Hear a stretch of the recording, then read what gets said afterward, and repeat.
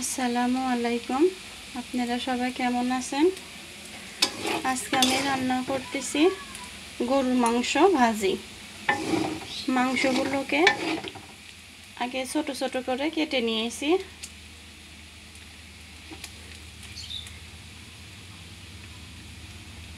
কেটে হলুদ, মরিচ, ধনিয়া, আদা রসুন বাটা, লবণ, হলুদের গুঁড়ো, মরিচের গুঁড়ো সব দিয়ে মেখিয়ে, লেবু রস দিয়ে মেখিয়ে আধা ঘন্টার জন্য রেস্টে রেখে তারপরে ফুটন্ত তেলে ছেড়ে দিয়ে এভাবে ভেজতে হবে।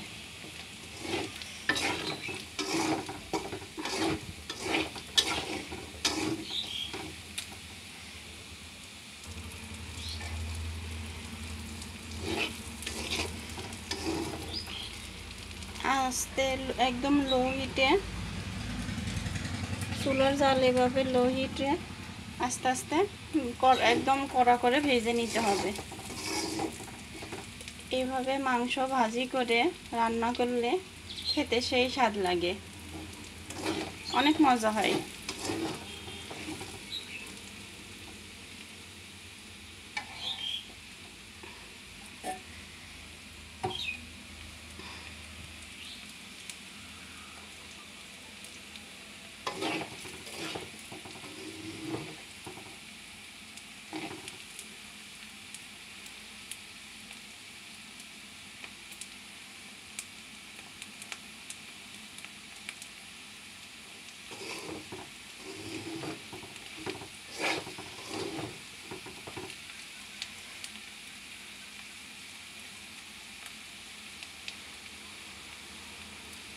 এখানে পানি দেওয়া যাবে না, একদম পানি দেওয়া যাবে না, শুধু তেলের উপরে এভাবে ভেজে নিতে হবে।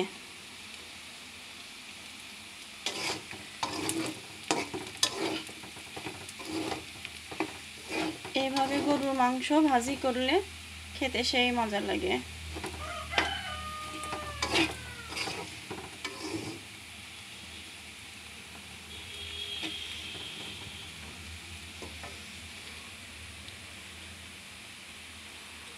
এখানে আমি 1 কেজি গরুর মাংস নিয়েছি, হাড় ছাড়া, একদম সলিড মাংস।